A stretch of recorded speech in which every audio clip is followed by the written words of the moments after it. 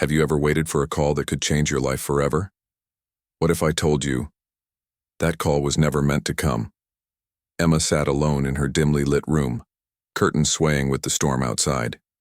The sound of rain striking the glass felt almost deliberate, as if each drop were counting down to something she couldn't see. The glow of her phone screen illuminated her anxious face. Every few minutes she checked it, though she already knew what she would find. Silence. Her brother Noah had promised he would call. That was months ago. And then, without a trace, he vanished. Noah wasn't just her brother. He was her protector, her best friend, the one person who understood her better than anyone else. They had a bond forged in laughter and secrets and promises whispered under the covers as children.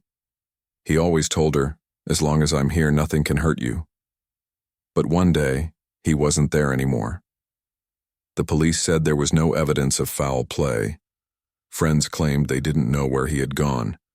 Even their parents, broken and quiet, eventually stopped hoping for answers. But Emma couldn't stop. She replayed the memory of his last words over and over in her head. "Don't worry, I'll call you tonight." That call never came. Weeks turned into months. Hope soured into fear. Fear hardened into guilt. Maybe she should have noticed the way his smile sometimes faltered. Maybe she should have asked why he stayed out so late. Maybe she should have demanded to know what was really going on in his life. Every night, as the clock ticked toward midnight, Emma sat by the window with the phone in her hand, listening to the storm inside her own chest. And every night she told herself the same lie. Tonight he'll call.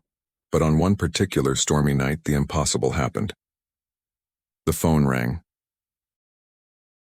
Emma froze. Her breath caught in her throat. For a moment she thought she was dreaming. But no. The vibration, the light, the familiar ringtone. She looked at the screen. Her heart nearly stopped. It was Noah's number. The same number she had dialed hundreds of times, always unanswered. With trembling fingers, she picked up. "Emma, don't look for me." It was his voice. Weak, broken, but unmistakable. She cried his name, begged him to tell her where he was. Was he hurt? Was he hiding? Did he need help? The line was filled with static, his voice barely cutting through. Then he whispered, "You'll understand when the clock strikes 12. And the line went dead. Emma dropped the phone. Midnight was minutes away. She could hear her own pulse louder than the storm outside.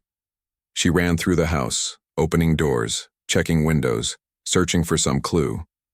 The storm howled, as if the world itself knew something was coming. When the clock struck 12, there was a sound.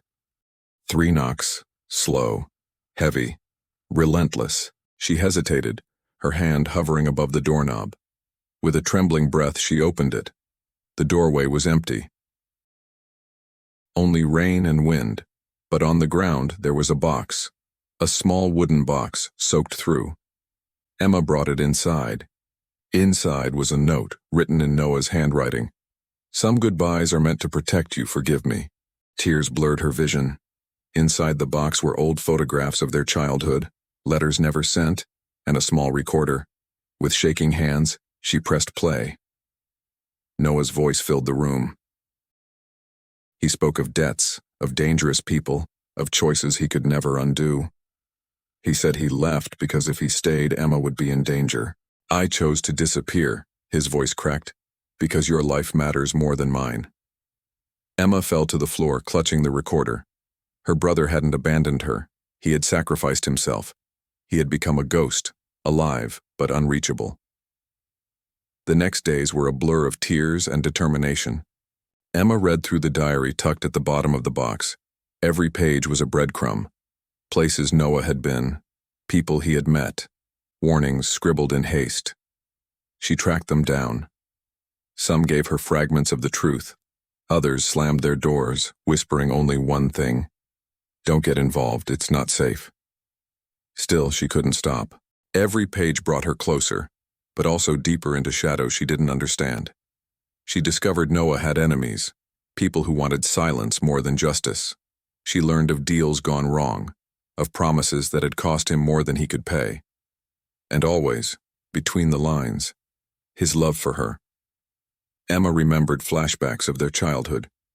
The time Noah shielded her from bullies, the time he stayed up all night helping her study, the way he always sat beside her at the edge of the bed promising, "No matter what happens, you'll never be alone." But now she was alone, and the phone never rang again. Still, every night at midnight, Emma sat by the window, phone in hand, waiting, not for the call itself but for the feeling, the fragile hope that his voice might break through again, whispering from wherever he was hiding, "I'm still here, just not where you can see me." In the end, Emma finally understood. Love isn't only about being present. Sometimes love is the silence that protects us, the choice to disappear, the sacrifice no one sees. And as she pressed the recorder one last time, listening to her brother's fading voice, she realized something that shook her to her core. Some calls are never meant to come, because the message was already inside your heart all along.